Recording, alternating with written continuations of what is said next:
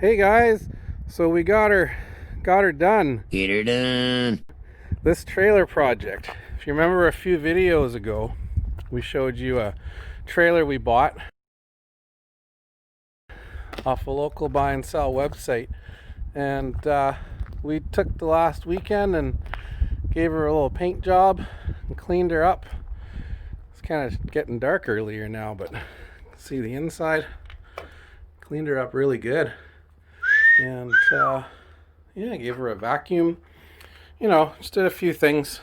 And now we're gonna post her for sale because we really don't need a trailer like this. Turned out really good.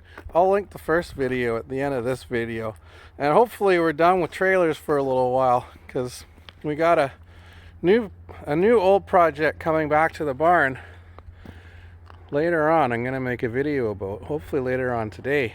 It's been about close to 10 years since we've worked on that project. So this is just to close up a quick repair chapter video, and yeah, hit the subscribe button. You're gonna like the next project. It's pretty cool. I think it's gonna be a lot more mechanical and exciting, more exciting than trailers, I'll tell you that much. All right, thanks for watching.